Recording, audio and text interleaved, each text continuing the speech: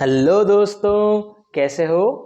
आज हम स्टार्ट करने जा रहे हैं 11th क्लास का हमारा नेक्स्ट चैप्टर काइनेमेटिक्स फर्स्ट। और इसी के अंदर ही जहाँ जहाँ हमें ज़रूरत पड़ेगी मैं बेसिक मैथ्स, डिफरेंशिएशन, इंटीग्रेशन भी कवर करूँगा। तो चलो स्टार्ट करते हैं।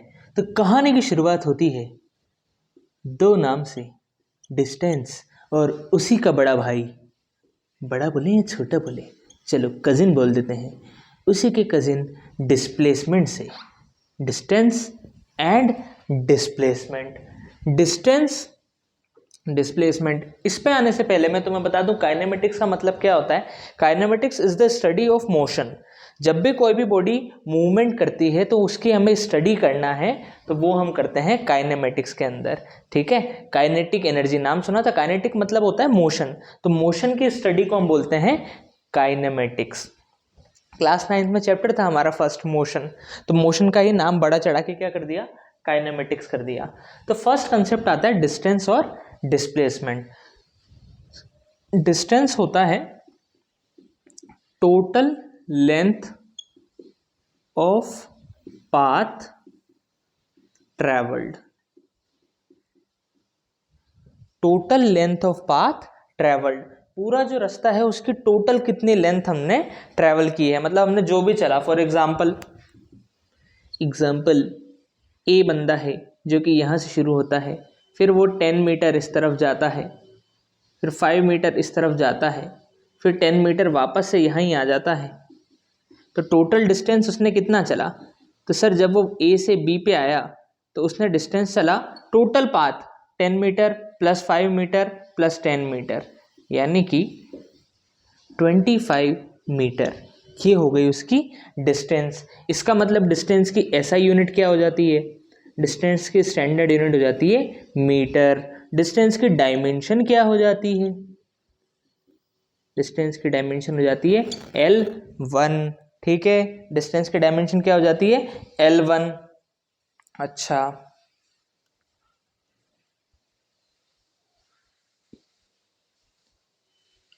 आगे बढ़ते हैं। डिस्टेंस एक स्केलर क्वांटिटी होती है। डिस्टेंस एक स्केलर क्वांटिटी होती है। ये बातें हो गई डिस्टेंस की। अब बात कर लेते हैं डिस्प्लेसमेंट की। तो डिस्प्लेसमेंट क्या होता है, it is the shortest distance. Displacement है shortest distance between initial and final position. Body की जो इनिशियल पोजीशन, शुरुआत वाली पोजीशन थी, और फाइनल पोजीशन थी, उसके बीच की शॉर्टेस्ट डिस्टेंस, सबसे छोटी डिस्टेंस जो होगी वो कहलाएगी डिस्प्लेसमेंट। एग्जांपल यही वाला ले लेता हूं कि ए से बंदा शुरू हुआ, 10 मीटर इस तरफ गया, 5 मीटर नीचे आया और 10 मीटर वापस इस तरफ आ गया, बी पे आ गया भाई। तो 10 मीटर यूं, फिर 5 मीटर नीचे, फिर 10 मीटर वापस आ गया। तो हमसे पूछता है कि डिस्प्लेसमेंट निकालो। तो डिस्प्लेसमेंट कितना हो जाएगा।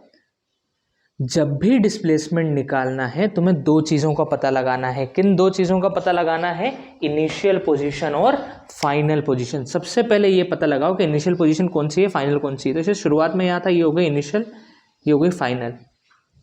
इनके बीच की शॉर्टेस्ट डिस्टेंस, तो इनिशियल और फाइनल के बीच की शॉर्टेस्ट डिस्टेंस हमें तब मिलती है जब हम इसे स्ट्रेट लाइन से कनेक्ट कर देते हैं। जब हम इनिशियल पोजीशन और फाइनल पोजीशन को स्ट्रेट लाइन से कनेक्ट कर देते हैं तब हमें शॉर्टेस्ट डिस्टेंस मिलती है। अच्छा सर, स्ट्रेट लाइन से क्यों, ऐसे नहीं कनेक्ट कर देते हैं। अब मुझे बताओ कि ये ज़्यादा छोटा रास्ता या ये, ऑब्वियसली ये है। इसीलिए जब भी डिस्प्लेसमेंट कैलकुलेट करना हो, जब भी डिस्प्लेसमेंट कैलकुलेट करना हो तो फिर इनिशियल पोजीशन, फाइनल पोजीशन ढूंढो और उन्हें कैसे कनेक्ट कर दो, स्ट्रेट लाइन से। तो सर ये जो लेंथ है ये हो जाएगा डिस्प्लेसमेंट। डिस्प्लेसमेंट को कैसे दिखाते हैं, एस से। ठीक है, एस से। फिर स्पीड को क्या दिखाते हैं, आएंगे, लेकिन डिस्प्लेसमेंट को कैसे दिखाया जाता है, एस से।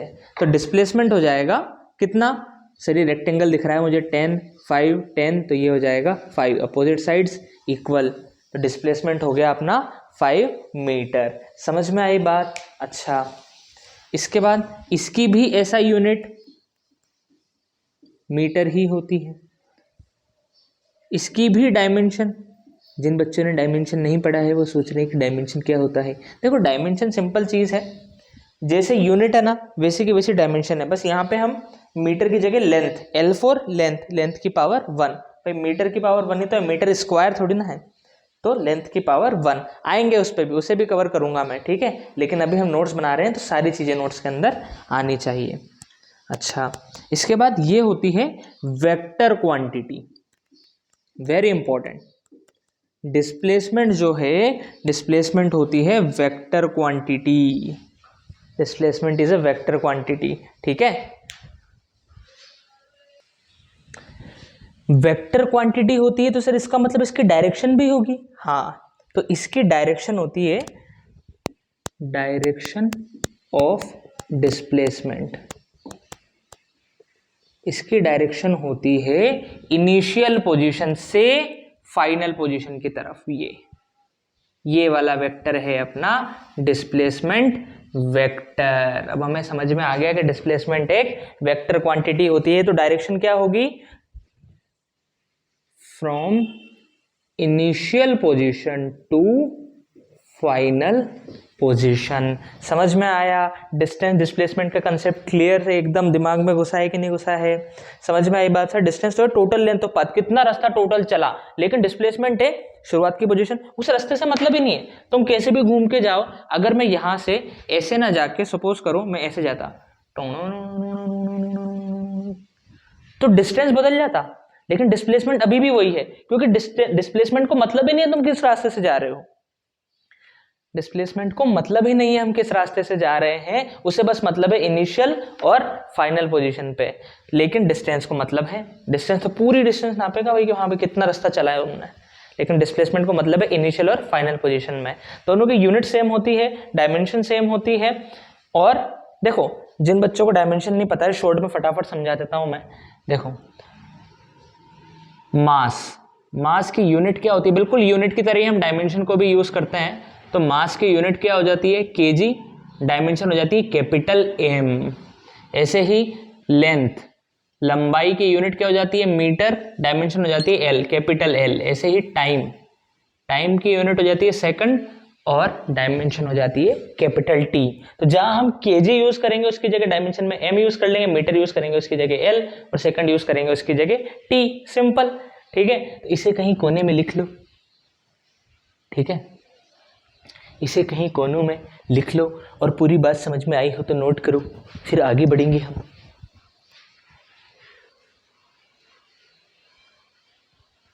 हो गया,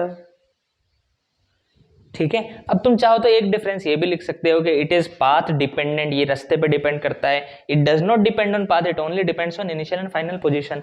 लेकिन हमारा काम है कंसेप्ट समझना, फिजिक्स में थ्योरी कभी मैटर नहीं करेगी, ये तो मैं पहले ही बता रहा हूं मैं, है ना। थ्योरी इन द सेंस कुछ भी याद करने की कोशिश मत करना, समझने की कोशिश करना, तो याद वो अपने आप होगा। याद करोगे बिना समझे तो मजा नहीं आएगा, भूल जाओगे, सब्जेक्ट टफ लगने लगेगा, और वो हम बिल्कुल नहीं चाहते हैं कि तुम्हें सब्जेक्ट टफ लगे। फिजिक्स तो बहुत ही प्यारा सब्जेक्ट है।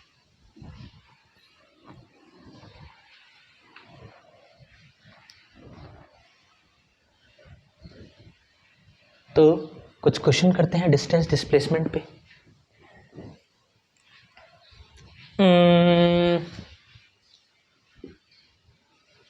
राहुल भैया, Rahul swims in a 90-meter long swimming pool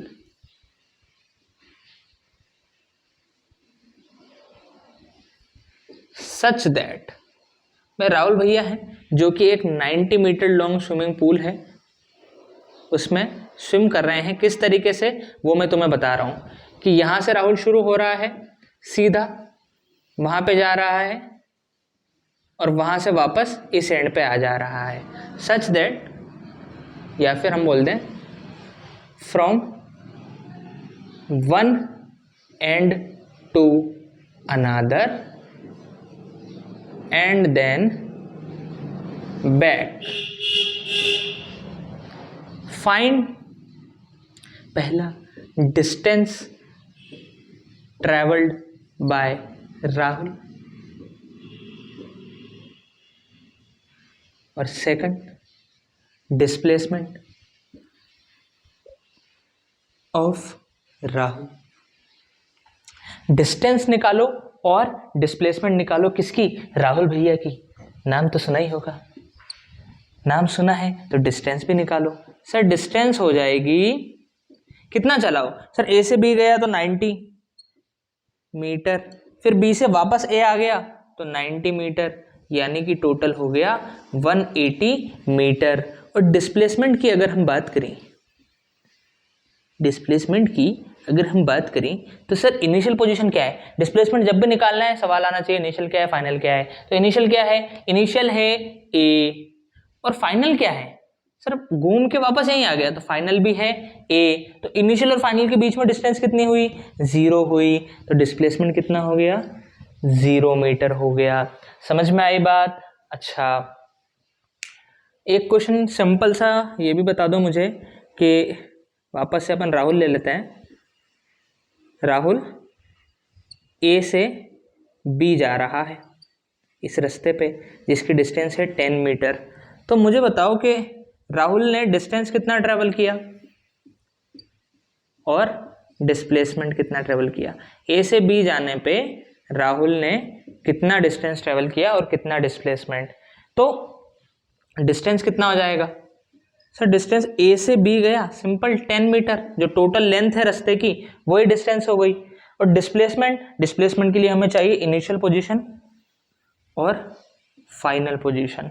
तो देखो इनिशियल पोजीशन ए है, फाइनल पोजीशन, इनको स्ट्रेट लाइन से ये कनेक्ट हो रखी है पहले से, तो डिस्प्लेसमेंट भी 10 ही आ जाएगी क्या? तो डिस्प्लेसमेंट भी आएगी 10 मीटर। अभी तक हमने 3 एग्जाम्पल देखे, पहला, दूसरा और तीसरा। पहला जो लास्ट डिफरेंस में देखा था, तो हमने ये ऑब्जर्व किया है देखो कि डिस्प्लेसमेंट जो है वो हमेशा डिस्टेंस से छोटा आ रहा है। डिस्प्लेसमेंट जो है वो हमेशा डिस्टेंस से छोटा आ रहा है। अगर वो डिस्टेंस से छोटा आ रहा है लेकिन यहां तो बराबर आ गया, यहां डिस्टेंस और डिस्प्लेसमेंट बराबर हो गए। तो मैंने तुम्हें 2 एग्जांपल दिए, एक तो जिसमें डिस्टेंस बड़ा था डिस्प्लेसमेंट से और एक जिसमें दोनों बराबर थे। क्या तुम मुझे ऐसा एग्जांपल सोच के बता सकते हो जब डिस्प्लेसमेंट बड़ा हो जाए डिस्टेंस से? जब डिस्प्लेसमेंट बड़ा हो जाए डिस्टेंस से, सोचो।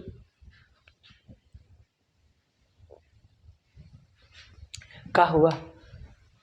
ऐसा पॉसिबल ही नहीं हो सकता। डिस्प्लेसमेंट हमेशा छोटा रहेगा डिस्टेंस से, डिस्प्लेसमेंट हमेशा छोटा रहेगा डिस्टेंस से।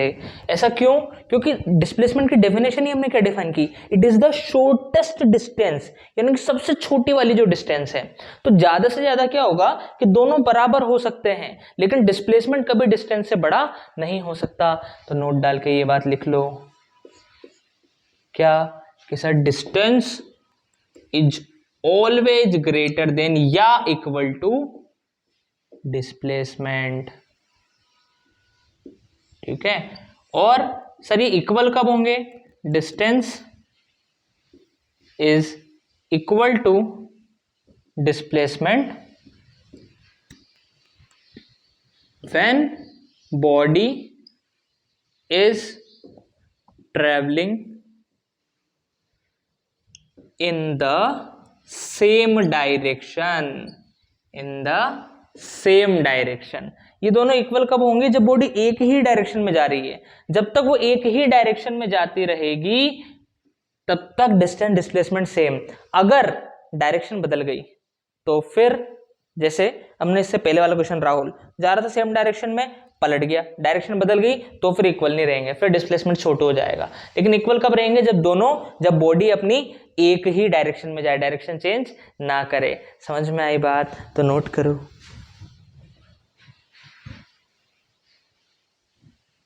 हो गया नोट? बढ़े आगे? तो चलो अगले कंसेप्ट की ओर बढ़ते हैं,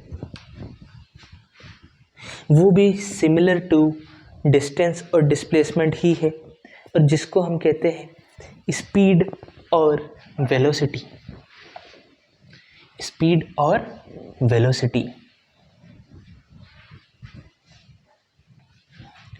लेकिन हम बोलेंगे, चलो अभी के लिए तो स्पीड और वेलोसिटी बोलते हैं, स्पीड एंड वेलोसिटी, ठीक है।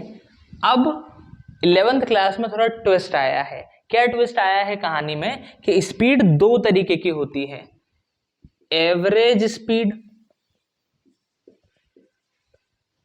और इंस्टेंटेनियस स्पीड। मतलब ऐसे ही वेलोसिटी भी दो तरह की होती है, एवरेज वेलोसिटी और इंस्टेंटेनियस वेलोसिटी। अरे सर कितना खतरनाक नाम है, इंस्टेंटेनियस, मैं तो बोल ही नहीं पा रहा हूँ। इंस्टेंटेनियस वेलोसिटी, समझो अंतर क्या होता है। जैसे स्पीड, जब तुम अपने घर से बाइक निकाल के जा रहे हो, बाइक निकाल के जा रहे हो, है ना, मैं तुमसे ये बोलूं कि यार जब तुम बाइक पे हो उसी टाइम पे, मतलब सपोज करो मैं तुमसे बोलूं कि जैसे ही तुमने बाइक स्टार्ट कर ली, अब जस्ट 5 सेकंड बाद मुझे तुम्हारी बाइक की स्पीड बताओ, जस्ट 5 सेकंड बाद, तो तुमने बता दी देख के कि सर इतनी हो जाएगी। या फिर एक और एग्जांपल, सपोज तुम जा रहे हो और तुम सुबह 11 बजे रवाना हुए और अपने डेस्टिनेशन पे 1 बजे पहुंचे, 11 बजे रवाना हुए और डेस्टिनेशन पे 1 बजे पहुंचे, तो मैं तुमसे पूछूं कि मुझे बताओ कि 12 बजे, जब 12 बजे थे तब तुम्हारी गाड़ी की स्पीड क्या थी, तुम स्पीडोमीटर में से देख के नोट कर लोगे और फिर मुझे आके बता दोगे कि सर देखो 12 बजे मैंने देख ली थी, ये स्पीड थी। तो किसी पर्टिकुलर टाइम के इंस्टेंट पे अगर हमें स्पीड निकालनी है, किसी पर्टिकुलर टाइम के इंस्टेंट पे, क्योंकि जब भी तुम इस पूरी जर्नी में स्पीड तो चेंज कर रहे थे, ऐसा थोड़ी ना है कि भाई 60 है तो 60 से ही चले जा रहे थे, बीच में ब्रेक भी लगाने पड़े होंगे, बीच में हाईवे आया था तो अच्छा स्पीड भी पकड़नी पड़ी होगी। लेकिन अगर मैं तुमसे पूछूं किसी एक पर्टिकुलर टाइम के इंस्टेंट पे, एग्जैक्ट 12 बजे कितनी स्पीड थी, 12:05 पे कितनी स्पीड थी, तो एक पर्टिकुलर टाइम के इंस्टेंट पे पूछ रहे हैं, तो उसे हम बोलते हैं इंस्टेंटेनियस स्पीड। और एवरेज स्पीड क्या होता है कि अगर इस पूरी जर्नी में, इस पूरी जर्नी को तुम एक ही स्पीड से जाते हैं, प्रैक्टिकली पॉसिबल नहीं है, हम कहीं भी जाते हैं हमें ब्रेक लगाने पड़ते हैं, स्पीड बढ़ानी पड़ती है, लेकिन अगर हम ये मान लें कि इस पूरी जर्नी में 11 बजे से 1 बजे के बीच में तुम एक ही स्पीड से जाते, तो वो कितनी होती। बात समझ में आई, ठीक है। और अच्छे समझ में आएगा जब हम एग्जांपल्स देखेंगे, अभी हम केवल स्पीड और वेलोसिटी पे जनरल बातें कर रहे हैं, ठीक है, एकदम जनरल लेवल की बातें करेंगे कि स्पीड होता क्या था। स्पीड होता था डिस्टेंस अपॉन टाइम, और वेलोसिटी क्या होता था, डिस्प्लेसमेंट अपॉन टाइम। वेलोसिटी क्या होता था, डिस्प्लेसमेंट अपॉन टाइम। अच्छा, स्पीड एक स्केलर क्वांटिटी होती है क्योंकि डिस्टेंस आ रहा है, ठीक है, तो speed is a scalar quantity, जबकि वेलोसिटी इज अ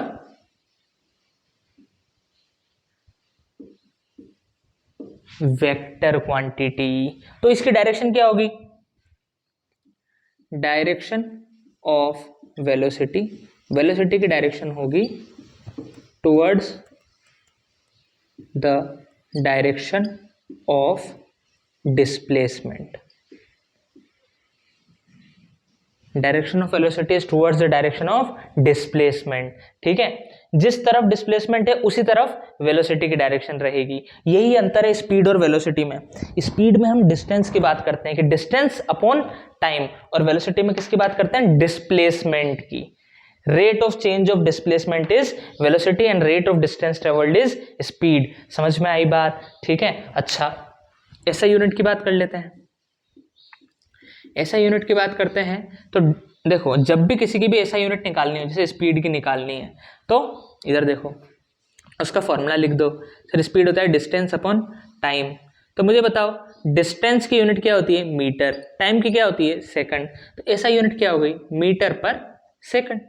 ऐसे ही वेलोसिटी, वेलोसिटी का फॉर्मूला लिख दो, सर हो जाता है डिस्प्लेसमेंट अपॉन टाइम, तो डिस्प्लेसमेंट की यूनिट मीटर, टाइम की सेकंड, यानी कि इसकी भी ऐसा यूनिट क्या हो जाती है, मीटर पर सेकंड। समझ में आई बात, ठीक है। अच्छा, डायमेंशन, डायमेंशन, डायमेंशन कितनी हो जाएगी, चलो देखते हैं। देखो स्पीड, डिस्टेंस, डिस्टेंस के डायमेंशन, डिस्टेंस क्या है लेंथ, तो वो हो गया एल, और टाइम के डायमेंशन टी, यानी कि L upon T. L upon T को डायमेंशन में कभी भी किसी को अपन नीचे नहीं रखते हैं, तो इस टी को ऊपर लाएंगे तो टी की पावर क्या लग जाएगी -1, तो डायमेंशन हो गई एल टी -1। ऐसे ही वेलोसिटी के डायमेंशन, तो सर डिस्प्लेसमेंट के डायमेंशन, डिस्प्लेसमेंट क्या लेंथ ही है, तो एल। टाइम की डायमेंशन टी, नीचे नहीं रखते हैं ऊपर लाएंगे तो एल टी की पावर -1, यानी कि इसकी डायमेंशन कितनी हो जाएगी L T to the power -1। समझ में आया? समझ में आया तो नोट कर लो।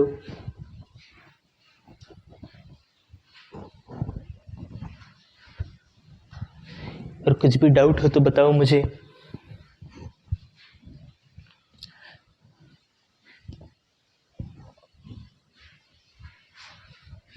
अगर किसी पर्टिकुलर टाइम के इंस्टेंट में निकालना होता है तो वो होती है इंस्टेंटेनियस स्पीड, और इंस्टेंटेनियस स्पीड और एक पर्टिकुलर टाइम के रेंज में कि भैया 12 से 1 बजे के बीच में कितनी स्पीड थी, एक रेंज में निकालना है तो हम निकालते हैं एवरेज स्पीड। ठीक है, तो एवरेज स्पीड का बहुत सिंपल फॉर्मूला होता है। एवरेज स्पीड का फॉर्मूला हो जाता है total distance travelled, total distance travelled upon total time taken. Average speed का फॉर्मूला हो जाता है टोटल डिस्टेंस ट्रेवल्ड, चाहो तो लिख लो total distance travelled upon total time taken. Total distance travelled upon total time taken. और एवरेज वेलोसिटी का क्या हो जाता है? एवरेज वेलोसिटी का हो जाता है टोटल डिस्प्लेसमेंट, डिस्टेंस की जगह क्या आ जाएगा displacement, upon total time. Same but distance की जगह डिस्प्लेसमेंट। क्लियर है क्या बात? है ना। इसके अलावा कोई दूसरा फॉर्मूला नहीं लगाना है एवरेज वेलोसिटी में, पहले ही बता रहा हूं। जब भी एवरेज वेलोसिटी पूछा जाएगा तो 90% केसेस में हमें लगाना है total distance travelled upon total time taken. चलो नोट कर लो फिर।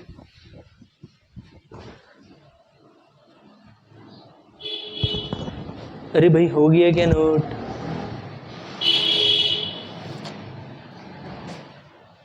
चलो फिर आगे बढ़ते हैं।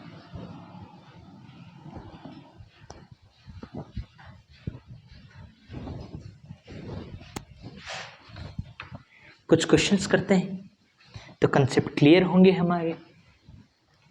शुरुआत में थोड़े इजी लेवल के करेंगे, फिर थोड़े अच्छे लेवल के भी करेंगे।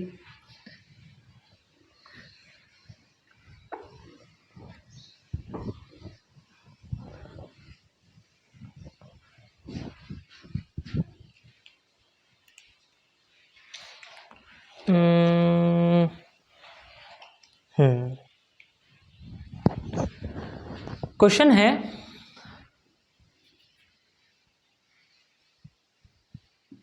किसको रखें इस बार? राहुल के साथ अंजलि को रख देते हैं। Anjali travels 10 metre in 2 seconds towards north direction and then travels 6 meter in 3 seconds towards south direction. Find first average speed of Anjali, second average velocity of Anjali। तो चलो वीडियो पॉज करके ट्राई करो, वीडियो पॉज करके अच्छे से अपना दिमाग लगा के ट्राई करो। है सर आप नहीं बोलते तो हम दिमाग लगाते ही नहीं।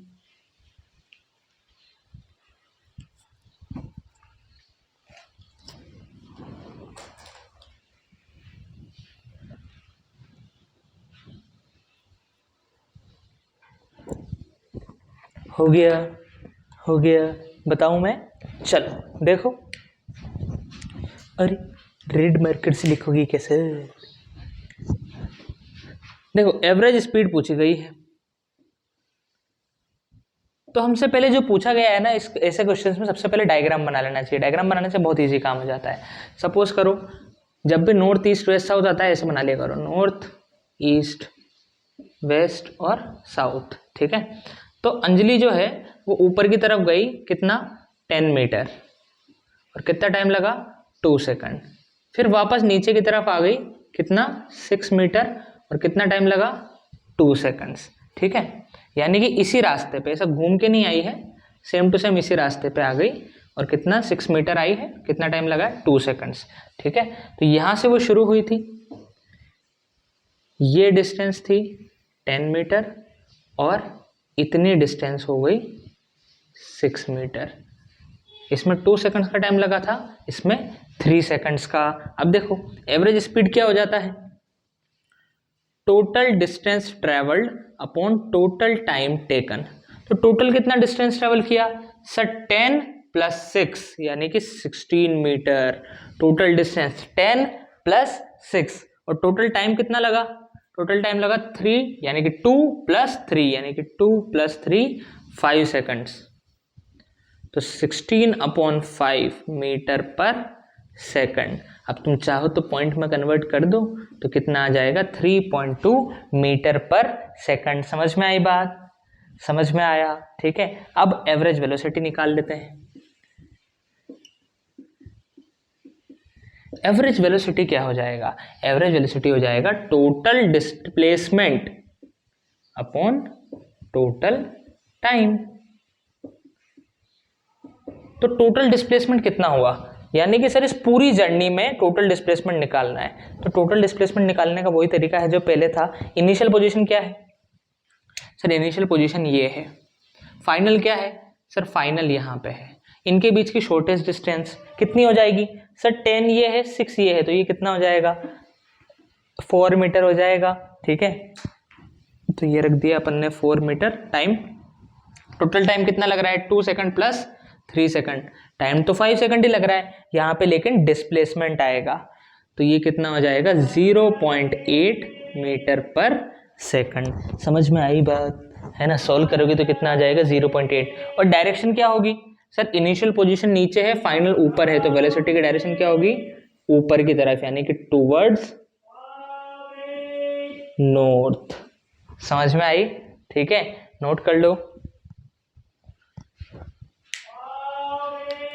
एक अच्छा क्वेश्चन करेंगे अब एवरेज स्पीड और एवरेज वेलोसिटी पे, फिर आज के लेक्चर को विराम देंगे।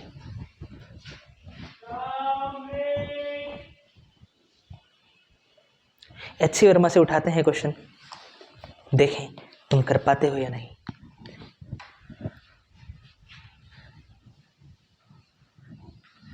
काफी अच्छा क्वेश्चन है ना। पहले इन चीजों को समझ लो, समझ में आ गया अच्छे से कि भाई एवरेज स्पीड क्या होता है, एवरेज वेलोसिटी क्या होता है। फिर अब इस क्वेश्चन को खुद से करने की कोशिश करना, अच्छे से वीडियो पॉज करके 5-1 मिनट तक माइंड लगाना पूरा अच्छे से, और फिर बताना क्या आंसर आता है। चलो होमवर्क में रखते हैं इस क्वेश्चन को, ठीक है। दिमाग लगाना अपना, अच्छे से दिमाग लगाना, फिर कल वीडियो में डिस्कस करेंगे इसे। A person travelling on a straight line moves with velocity v1 for some time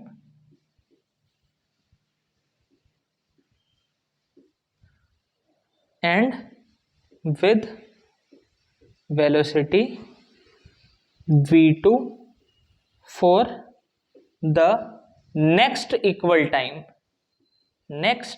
equal time, the average velocity v is given by, ठीक है, इसे निकालना है। Option A v = v1 + v2/2, option B v = √v1 v2, option C 2/v is equal to 1/v1 plus 1/v2 and option D 1/v is equal to 1/v1 plus 1/v2। इनमें से कौन सी बात सही है एवरेज वेलोसिटी के लिए, है ना? एवरेज वेलोसिटी है v, ठीक है, क्या है v। अब मैं तुम्हें एक बात बता दूं कि स्ट्रेट लाइन में ट्रेवल कर रही है, स्ट्रेट लाइन में मतलब सीधी जा रही है, सीधी जा रही है तो डिस्टेंस और डिस्प्लेसमेंट इक्वल रहेंगे। अगर डिस्टेंस और डिस्प्लेसमेंट इक्वल रहेंगे तो क्या मैं बोल सकता हूं कि एवरेज स्पीड और एवरेज वेलोसिटी भी इक्वल रहेंगी, हाँ या ना? ठीक है, तो तुम एवरेज स्पीड का फॉर्मूला लगा के भी निकाल सकते हो, एवरेज वेलोसिटी का भी लगा के निकाल सकते हो। क्या बोल रहा है समझो कि एक बंदा स्ट्रेट लाइन में जा रहा है और v1 वेलोसिटी से जा रहा है, तो v1 वेलोसिटी से वो गया कितनी देर तक, सपोज t टाइम तक। इसके बाद v2 वेलोसिटी चेंज कर ली, v2 वेलोसिटी से वो गया और कितनी देर तक, फॉर नेक्स्ट इक्वल टाइम, यानी कि अभी भी वो t टाइम तक, यहाँ भी t टाइम तक, जैसे 1 घंटा यहाँ चला तो 1 घंटा ही यहाँ चला।